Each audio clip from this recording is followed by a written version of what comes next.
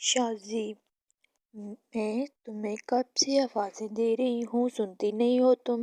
میں اسکول کا کام کر رہی تھی، پڑھائی پر دھیان ذرا کم دیا کرو، جاؤ جا کر پانی گرم کرو۔ شازیہ اپنے والدین کی اکلوتی بیٹی تھی۔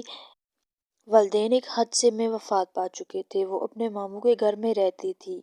ماموں کی بھی ایک ہی بیٹی نیلم تھی جو شازیہ کی ہم عمر تھی۔ ممانی کا رویہ اس کے ساتھ اچھا نہیں تھا۔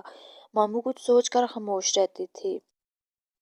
شازیہ نیک فطرت لڑکی تھی، گھر کے سارے کام کرتی تھی، اس کے باوجود گھر میں اس کی کوئی قدر، کوئی اہمیت نہیں تھی۔ نہ کوئی کام اس کی مرضی سے ہوتا تھا۔ شازیہ کے ماموں گھر کا ماحول خراب ہونے کے ڈر سے خاموش ہی رہا کرتے تھے۔ ایک دن ممانی نے ماموں سے کہا کہ شازیہ کی پڑھائی کا یہ آخری سال ہے، اس کے بعد اسے گھر بٹھا دیجیے گا۔ ماموں نے کہا تو کیا شازیہ صرف میٹرک ہی کرے گی؟ تو کیا آپ اسے ڈاکٹر بنائیں گے؟ پڑھائی میں پیسے نہیں لگتے کیا؟ ممانی نے کہا۔ شازیہ دروازے کے پیچھے سے یہ سب سن رہی تھی۔ وہ سامنے آ کر بولی، نہیں ممانی، ایسا مت کریں، میں آگے پڑھنا چاہتی ہوں، بس کرو۔ شازیہ، ہمیں نیلم کے بارے میں بھی تو سوچنا ہے۔ آج شازیہ کو اپنے والدین شدت سے یاد آ رہے تھے۔ وہ روتے روتے سو گئی۔ میٹرک کا امتحان دینے کے بعد وہ گھر میں مکمل طور پر نوکرانی بن چکی تھی۔ شازیہ نے ہمت کی اور ماموں کی حمایت سے سلائی کا کام سیکھنا شروع کیا۔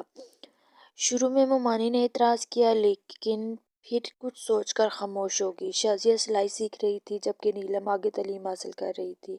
شازیہ نے محلے کے کپڑے بھی سینا شروع کر دیے۔ اب آہستہ آہستہ شازیہ کے ہاتھ میں کچھ پیسے آنے لگے تھے، مگر ابھی انہیں خرچ کرنے کا وقت نہیں آیا تھا۔ وہ اپنی منزل تک پہنچنے کے لیے بے قرار تھی۔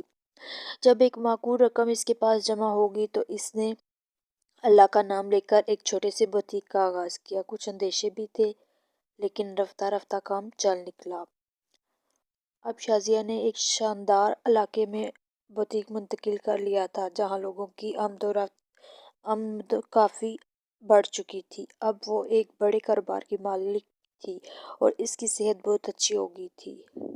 اس دوران اس نے اپنا تعلیمی سلسلہ بھی قائم رکھا تھا۔ ماموں کے گھرانے سے بھی اس کے تعلقات اچھے ہو گئے تھے۔